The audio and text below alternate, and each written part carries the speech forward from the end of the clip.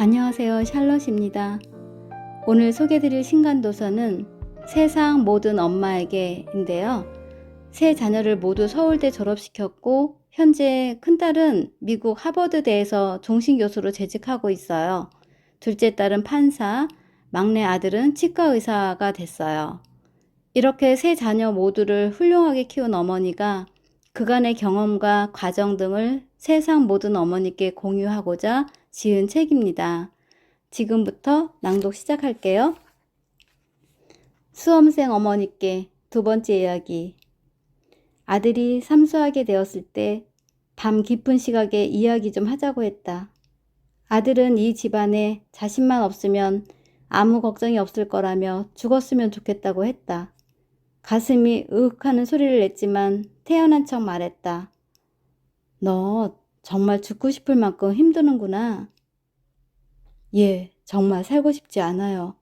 죽으면 모든 걸 다 잊고 편안해질 것 같아요. 엄마는 네가 편한 대로 해주고 싶다. 죽는 게 지금보다 너에게 도움이 된다면 그렇게 해. 내가 놀랄 만큼 아들에게 표현하고 매달리는 건 별로 도움이 되지 않는다는 판단에서였다. 그때 가슴은 떨리고 머리는 한 방 얻어맞은 것 같았는데 번쩍 하나의 생각이 떠올랐다. 그 당시 내가 혼불이라는 책을 읽고 있었는데 엄마는 책 보는 게 그렇게 재밌어요? 나도 그 책 좀 봐도 돼요? 아들이 그 책을 두어 권 봤을 때였다. 엄마도 안 죽어봐서 지금 네가 죽으면 더 편안해질지는 잘 모르겠다. 너도 혼불 봤잖아. 거기 보면 제명에 죽지 못하고 스스로 목숨을 끊은 영혼들이 구천을 떠돈다는 걸 보면 정말 네가 말한 대로 죽으면 다 편안하고 행복할지는 모르겠어. 그런데 엄마가 말할 수 있는 건 그래도 지금은 떠돌지 않아도 되는 쉴 집과 너를 예뻐하는 누나들과 도와줄 엄마 아빠는 있잖아. 그 외에도 여러 가지 이야기를 나누었다.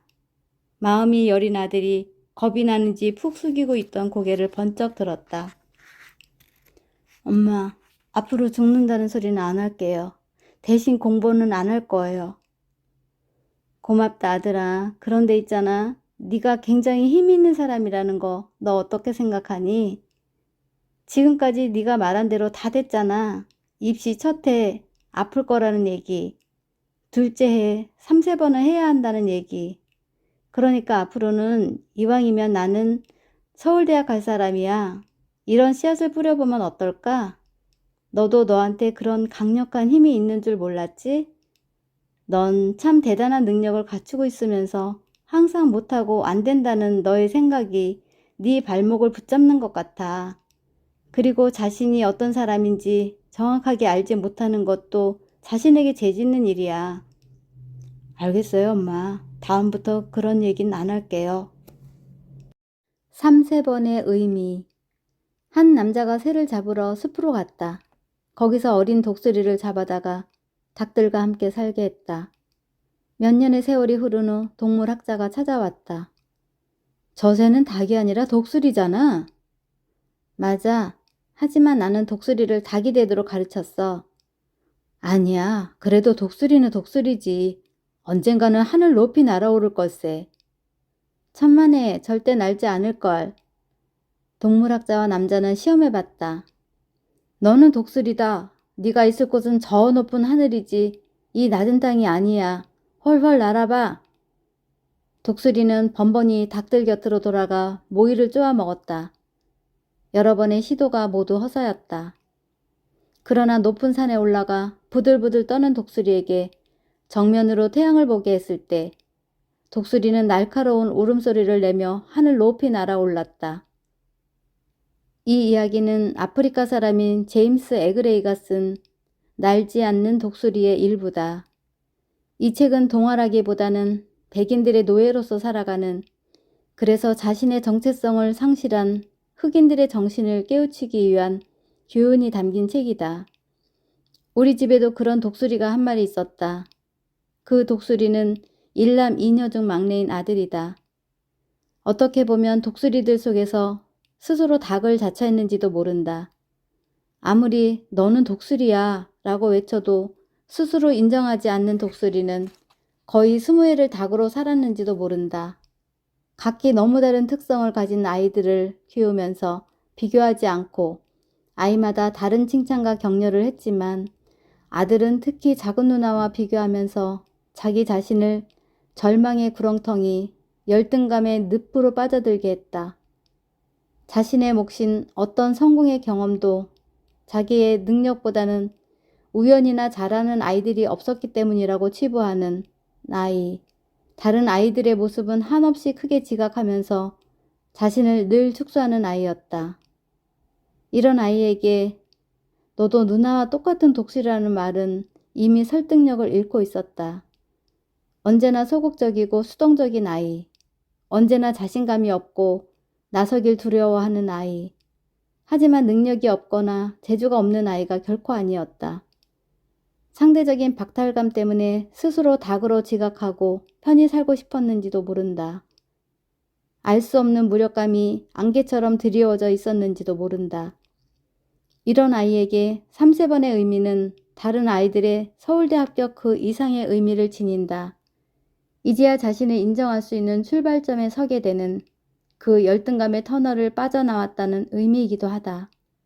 흔히 승부를 가릴 때 3세번을 하듯이 아들도 삼수 끝에 관악의 하늘을 날 수 있었다. 서울대 입학하기 위해 삼수한 것은 아니었지만 닭으로 지낸 재수생활까지는 합격증을 주는 학교가 없었다. 평범한 행복을 누리며 살 수도 있었을 이 아이에게 서울대라는 집안 환경은 엄청난 부담이었다. 죽음을 들먹이며 이 집안에 자신만 없으면 아무런 문제가 없을 거라고 했던 아들에게 태어나고 침착하게 연기하는 것은 너무나 어려웠다. 그런 아들의 마음을 보듬느라 보낸 많은 밤이 지나갔다. 언제나 서울대는 갈 수 없는 미지의 봉우리였다. 그러나 2000년 봄, 아들은 자신이 독수리임을 인정하기 시작했다. 아버지와 열심히 테니스를 치기도 하고 피아노 선율로 아름다운 곡들을 연주하면서 자신과 가족들이 편안하게 해주기도 했다. 문득 오랜 잠에서 깨어난 왕자처럼 독수리로서 자신을 다듬어 갔다. 오랜 잠을 자는 동안 꾸었던 악몽들을 조금씩 지워나갔다. 악몽에 시달린 이 아이에게 2001년 1월 27일 아버지, 누나들과 동문이 되는 기적 같은 일이 일어났다. 논술 시험을 치렀던 그날처럼 하얀 눈이 엄청난 무게로 쏟아지고 베토벤의 합창 교향곡이 배경처럼 잘 어울렸던 그날, 생일 미역국을 받고 앉아서 떨어졌을 거란 생각 때문인지 에이 하필 오늘 발표는 해가지고는 미역국을 구시렁거렸던 아들에게 합격 소식이 눈길을 뚫고 도착했다. 나는 어디다 감추었었는지 모를 만큼 많은 눈물을 토해냈다. 내용은 가슴이 아팠지만 해피엔드로 끝나는 드라마를 보고 일어서는 관객 같았다. 신이 계시다면 세상에 하나뿐인 감사장을 드리고 싶었다. 논술 시험을 보던 날 학생 휴게실 2층에 멍하니 앉아 내리는 눈을 바라보고 있었다. 어디선가 아름다운 음악 소리가 들려왔고 갑자기 글을 쓰고 싶은 충동이 들어 아들을 생각하며 글을 쓰기 시작했다. 새로운 출발을 위한 긴 여정이 끝나는 날, 하늘에선 소리 없는 축복이 내리고 무한히 황홀한 겨울 전경에 아름다운 음악은 더할 수 없는 감미로움으로 다가왔다. 아들아, 이제 그 인고의 시간이 막을 내리려 하고 있다. 한 해의 마지막 날, 항상 듣는 합창의 코러스처럼 설경이 주는 그 숭고한 아름다움이란 말할 수 없는 경이로움을 느끼게 한다. 저 흰 눈이 소리 없이 내리듯 그렇게 내 생각의 편린들이 원고지 위에 차곡차곡 내려앉고 있음을, 그렇게 너의 고통이 염원의 순간이 끝나가고 있음을 엄마는 느낄 수 있어. 이 순간 마음속으로 편안함이 저 눈처럼 평화롭게 내려앉고 있음을 전하고 싶다. 귀한 내 아들아, 네가 귀한 만큼 너를 더 귀하게 만든 그 큰 힘과 함께 너는 참으로 먼 길을 걸어온 것 같다. 하지만 절대 헛되지 않는 그 시간을 마음속에 간직하며 또 다른 출발을 하자꾸나. 정말 장하다. 그리고 고맙다. 네가 내 아들이어서 엄마는 정말 행복하단다. 눈에 덮인 이 아름다운 캠퍼스를 네가 아니었으면 어떻게 바라볼 수 있었을까? 오늘 드라마틱한 한 편의 겨울 동화를 보고 있는 것 같구나. 아들아, 이제 서서히 생각을 마무리해 옮겨 적을 시간이다. 묵묵히 자기 일을 충실히 수행하고 있는 저 눈처럼 너도 그렇게 너에게 최선을 다하고 가벼운 마음으로 우리 점심을 먹자꾸나. 논술 쓰느라 애쓰는 아들에게 마음을 전하며 엄마가 이 글이 무색하지 않게 아들은 아빠의 후배가 되었다. 간절히 원했던 서울대학교 동창회에 이제는 갈 수 있는 아들이 되었다. 아무도 서울대를 강요하진 않았지만 못 가봤기 때문에 더 가고 싶었을 내 아들의 환한 미소가 환하게 하늘을 날고 있다. 어느 날 남편과 차를 타고 이동하던 중이었다. 도대체 이게 무슨 소리야? 신경 쓰여서 운전을 못하겠네. 여보, 무슨 소린데 그래? 당신 안 들려? 지금 뭐가 부딪히는 소리. 짜증나. 무슨 소리가 들린다고 그래? 아무 소리도 안 나는구먼. 갑자기 차가 정지하자 무슨 소리가 들렸다. 아, 알았다. 트렁크 속 바구니에 캔커피를 넣어뒀는데 개들이 부딪히는 소리네. 그 소리가 그렇게 싫어? 정말 싫어. 아유, 쟤들 바구니에서 엄청 재밌게 놀고 있네. 이렇게 생각하면 안 될까? 당신이 요즘 힘든 일 때문에 예민해져서 그런가 봐. 아니, 당신은 무슨 궤변을 늘어놓고 그래? 그렇게 말도 안 되는 소리를 하고 싶어? 여보, 궤변이라고 생각하는 당신의 발달하지 않은 쪽 기능을 사용해야 할 때야. 그래야 통합된 원만한 나를 가꿀 수가 있대. 나도 노력 중이야. 당신 같은 기능을 기르려고. 같은 상황이라도 서로 지각하는 방식이 아주 다르고 같은 말을 해도 서로 통역이 필요할 때가 있다. 그래서 아무것도 아닌 일로 서로 침을 튀기며 설명하고 아주 사소한 자존심이 상해 상대를 이해시키려다 결국은 아이들이 가장 싫어하는 부부싸움을 하게 된다. 그때는 주변에 있는 자녀들은 안중에도 없다. 부모가 싸울 때 상처받은 마음을 표현한 시다. 엄마 아빠 싸울 때 아빠 말씀은 하나하나 가시되어 엄마 가슴 찌르고 아빠 엄마 싸울 때 엄마 말씀은 하나하나 바늘 되어 아빠 가슴 찌르고 그러나 아무도 모를 거야. 엄마 가시 아빠 바늘 우리 가슴 찌르는 것을. 이 시는 중학교 1학년 강진영 양이 쓴 것이다. 부모가 자신들 생각만 하고 싸울 때 이처럼 멍드는 어린 가슴이 있다. 마음이 매우 아프다. 이제는 서로 다름을 인정하고 이해하면서 대화할 수 있기를 바란다. 사랑이란 이름으로 서로 보듬어 주기를 기도한다. 함께 할 날이 그리 길지 않다. 백전백패의 하루 오라라. 하루 오라라는 경주마의 이름이다. 내가 이 글을 선택한 이유는 백전백패라는 글귀 때문이었다. 과연 지기만 하는 말을 경주마라고 할 수 있는지, 그래도 그 말이 계속 경마장에서 달리는 데는 이유가 있을 것 같았다. 경매에 붙였지만 아무도 사지 않았던 말 하루 오라라. 어느 목장주의 부탁으로 경마장에 있는 고우치라는 마을까지 도착하여 30여 년을 기수로 그리고 조련사로 일하고 있는 문혜희 씨와의 만남. 그것이 이미 사라졌을지도 모르는 생명 하루 우라라가 존재하게 된 이유였다. 다른 말들보다 몸집이 작고 그래서 폐활량이 적어 오래 달릴 수 없는 말. 게다가 성질까지 까다로워서 다루기 어려운 말. 그 말은 기수시험에 2번씩 낙방한 구마원 후지와라에게 맡겨졌다. 1승을 하고픈 말과 기수가 되고픈 청년과의 만남. 모든 걸 희생해서라도 다음엔 이긴다라는 조련은 하루 우라라에겐 불가능합니까? 라는 기자의 질문에 그렇게 하려면 가능합니다. 그러나 1승은 가능하겠지만 다칩니다. 단 한 번 이기려고 그런 조련은 하고 싶지 않습니다. 좋은 경마는 단지 이기기 위해 수단과 방법을 가리지 않는 태도로는 결코 해낼 수 없습니다. 말의 의지와 기수의 의지가 하나 되어 달리는 것, 그것이 승패를 떠나 정말 아름다운 광경입니다. 그런 의미에서 하루 우라라는 좋은 경주마라고 말하는 스승 문혜잇이 다루기 힘들면 곧잘 꾸짖고 때리며 길들이는 구마원도 있지만 만약 길들이기 위해서 때린다면 다 큰 후에도 맞는 걸 두려워하는 말이 될지 모르지요. 두려움을 알아버리면 말에게 좋을 거 없어요. 라고 생각하는 제자 후지와라.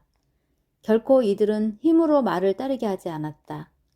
공부를 잘하게 하려고 아이들의 흥미나 능력에는 관심도 없이 옆집 누구는 하는데 네가 못할 게 뭐 있냐며 종일 학원으로 가외로 내모는 부모, 학원만 안 가면 살 것 같다며 무기력해진 자녀, 넘치는 에너지의 부모와 그 속도를 따르기엔 버거운 자녀, 어디든 당당히 나서는 부모와 그 부모의 그 당당함에 주눅이 든 자녀, 많은 집안일로 인해 지치고 길 잃은 자녀를 되돌리기엔 늦은 부모, 어떻게 도와줘야 하는지를 모르는 부모, 함께 갈 수 있고 한 번의 승리를 위해 망가짐을 선택하지 않는 그 마음이 오늘의 하루 우라라가 있게 한 원동력이 있듯이 어떤 선택이 자신과 아이를 살리는 길인가를 생각하고 실천할 수 있다면 아이와의 심리적 거리를 더 좁힐 수 있으리라. 좋은 교육은 단지 좋은 성적을 받기 위해 수단과 방법을 가리지 않는 태도로는 절대 이루어지지 않는다. 자녀의 의지와 부모의 의지가 하나 되어 달리는 것이 성적의 좋고 나쁨을 떠나 진정 아름다운 모습이다. 만약 자녀를 길들이기 위해서 때린다면 성장한 후에도 예전에 맞았던 그 기억 때문에 두려워하는 사람이 될지 모른다. 두려움에 빠지면 당신의 자녀에게 좋을 게 하나도 없다. 이렇게 자녀의 상황으로 바꿔 대비해 본다면 틀린 말일까? 말도 가능한 일을 하물며 사람이 하지 못한다면 그것이 바로 문제일 것이다. 서서히 많은 사람의 관심을 받으면서 어려운 처지에 있는 분들에게 힘을 갖게 한 말, 하루 우라라. 현재까지 102연패, 많은 이들에게 용기와 희망을 품게 한 하루 우라라에게 고우치 관광협회에서는 공로자 표창을 했고 그 표창의 대상으로 동물이 선정된 것은 처음 있는 일이라고 했다. 하루 우라라가 생명을 부지하고 아직도 경마로서 달릴 수 있는 것은 문헤이시와 그의 제자 후지와라 같은 조련사가 있었기 때문이다. 어쩌면 긴 세월 한 길에 자신의 모든 것을 바치면서 얻은 경험을 그대로 행하고 있는 이들 같은 부모가 있다면 그 아이는 정말 행복하지 않을까. 나는 한 아파트에서 16해를 살고 있다. 새로운 아파트가 각광을 받을 때마다 떠나지 못했지만 오래 살다 보니 나무들이 잘 자라서 지금은 숲을 이루었다. 바깥을 쳐다보지 않으면 들려오는 새들의 지저김에 숲속에 있는 듯한 기분 좋은 착각을 하게 만든다. 오래된 아파트에서 새들이 사는 둥지로 거듭나는 나의 집. 문명 속에서 느끼는 자연의 힘이 나를 행복하게 한다. 바꿀 수 없다고 포기한 오래된 관념의 지도를 새들이 날아들 수 있는 지도로 바꾼다면 그 이정표를 따라가는 여행은 힘들지만 신나고 살맛 나는 세상으로 가게 되지 않을까. 선행학습과 관련해 조간신문에 키주항 출신 흑수저 1% 주주권리로 K-팝 지축을 흔들다 라는 타이틀로 나온 SM 엔터 지배구조를 바꾼 온라인 파트너스 이창환 대표의 인터뷰 기사가 인상적이다. 리니지라는 게임을 하면서 공부 잘하는 법을 배웠다. 수준에 맞지 않는 강한 괴물을 처치하려고 하면 잘 죽지도 않고 돈도 많이 든다. 나는 이를 통해 너무 높은 수준의 학습 과정을 성급하게 따라잡지 말자고 생각했다. 선행학습을 열심히 한 친구들이 고등학교에 가서 다른 학생들과 수준이 같아지는 걸 자주 봤다. 선행학습 효과는 몇 년을 못 간다. 그 시간에 좀 더 다양한 경험을 하는 것이 효과적이라고 생각했다. 나와 같은 생각을 하는 이창환 대표의 인터뷰를 소개하는 것이 더 설득력 있을 것 같아 인용해 보았다. 선행학습을 해서 의대에 합격한다 해도 정작 더 중요한 것은 그 어려운 의대 공부를 해낼 수 있을 것인가이다. 의대에 입학하려고 미리 진을 다 뺀 아이가 의대에 입학해서 공부에 전념할 만한 창창한 에너지가 남아있을지 심히 걱정된다. 치대에 입학해서 공부했지만 적성에 잘 맞지 않는다고 힘들어하는 내 아들 같은 아이들을 미래에 또 보게 될까봐 염려된다. 따라서 아이의 적성에 맞는, 아이가 좋아하고 잘할 수 있는 찾을 수 있도록 부모는 도와주어야 한다. 마무리할게요. 이 책에 담긴 핵심 메시지는 남이 한다고 따라서 미리 공부시키지 말자입니다. 지금까지 함께 해주셔서 감사하고요. 구독과 좋아요 부탁드립니다. 감사합니다.